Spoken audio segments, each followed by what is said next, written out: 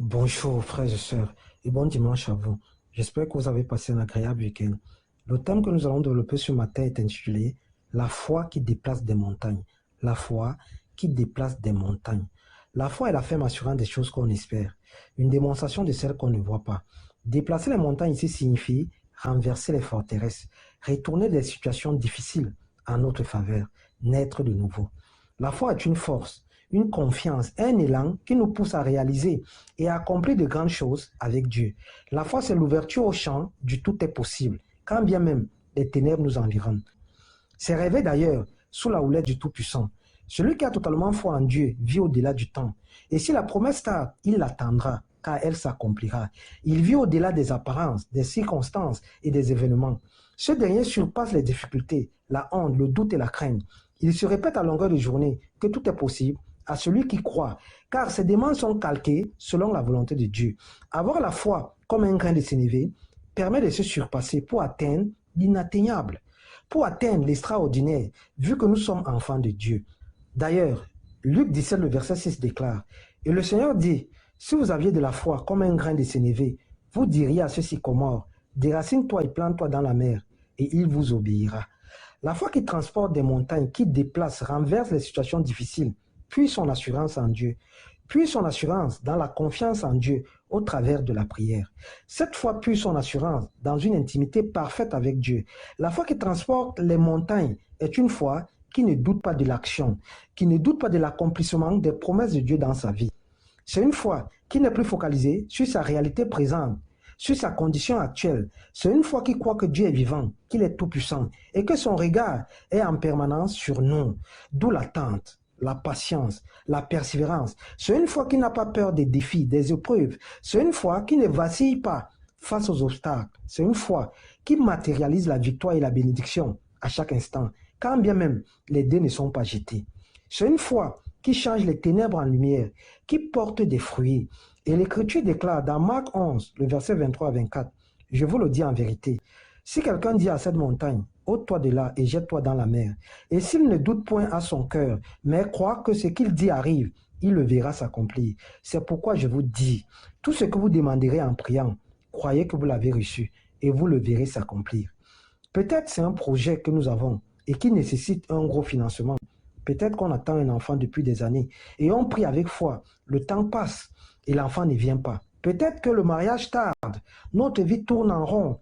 À coup sûr, le doute va s'installer et peu à peu, l'on va se demander comment le rêve peut se réaliser face à tant d'obstacles. L'espérance prend un coup et la foi vacille.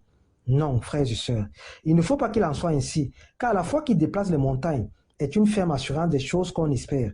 S'inquiéter ne nous aidera pas. Il suffit juste de croire et de faire totalement confiance à Dieu, car avec le Tout-Puissant, tout peut changer à tout moment. L'exemple de la femme cananéenne dans Matthieu 15 est un modèle de foi qui déplace des montagnes, car malgré l'opposition des disciples du Seigneur, cette dernière a cru à la guérison de sa fille jusqu'au bout. La femme à la perte de sang pendant 12 ans a fixé son regard sur Dieu et non sur la foule, et non sur les hommes, et non sur des femmes. Sa pensée était pleine d'espérance. Sans prononcer un seul mot, elle a cru fermement dans son cœur que le miracle était possible. Elle s'est dit en elle-même, si seulement je parviens à le toucher, je serai guérie. À l'instant même, elle fut guérie. C'est ce que déclare l'Écriture dans Marc 5, le verset 25 à 34. La foi qui déplace les montagnes est une foi intense, complète, une symbiose avec les promesses de Dieu. C'est un processus qui s'accompagne d'un travail de longue haleine. Cette foi est le résultat de notre confiance en Dieu. Elle est la résultance de notre intimité avec Dieu, de notre engagement et de la connaissance de sa toute-puissance. La véritable foi se manifeste en action. Elle change les ténèbres en bénédiction. Elle va de victoire en victoire. Frères et sœurs, mettre sa confiance en Dieu et espérer en ce dernier permet à notre foi de grandir, de s'affermir et de se solidifier au travers des épreuves. Acquérir une foi qui déplace des montagnes, c'est d'abord avoir une véritable intimité avec Dieu. Car plus j'entretiens ma relation avec Dieu, plus ma foi grandit, moins les montagnes prennent de l'ampleur. Ensuite, chaque enfant de Dieu devra avoir cette croyance indéfectible que quelles que soient les circonstances, Dieu interviendra en notre faveur. Nous devons croire et espérer en l'action de Dieu. Nous devons avoir la ferme assurance que la volonté de Dieu s'accomplira dans notre vie. Nous devrions avoir la conviction, pendant que nous espérons ou pendant que nous prions, que l'exaucement est sous nos pieds, Telle est la force intérieure qui devrait habiter chacun de nous. Nous devons avoir un état d'esprit élevé, une confiance absolue au Tout-Puissant. Soulignons ce matin que posséder et espérer une telle foi n'est pas acquise, d'où la nécessité de ne pas nous focaliser sur les circonstances, d'où la nécessité de ne pas nous focaliser sur la réalité environnante ou alors sur notre condition de vie, car la véritable foi ne regarde pas la vue, mais à l'espérance. Et si l'espérance aux promesses de Dieu prend un coup, notre foi va vaciller, notre foi va trébucher. Frères et sœurs, soulignons ce matin que notre foi doit être mise en action au travers des épreuves, afin de pouvoir croître à travers ces dernières. Car les montagnes, les obstacles ne sont pour Dieu que des moments favorables pour nous, afin de nous appuyer sur lui, afin de nous rapprocher de lui et apprendre à l'aimer encore plus. Chaque montagne qui se présente à nous est un moyen, une opportunité de mettre notre foi à l'épreuve. À travers notre foi, nous devons produire des fruits agréables à Dieu.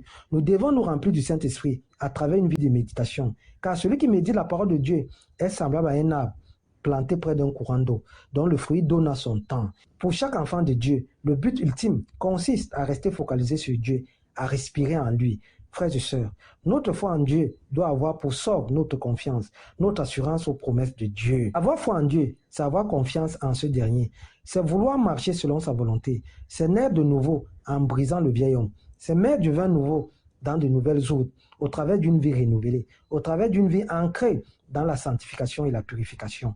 La foi qui déplace des montagnes, c'est aussi cette foi qui nous permet d'enlever ce qui obscurcit notre relation avec Dieu, ce qui nous pousse dans le péché.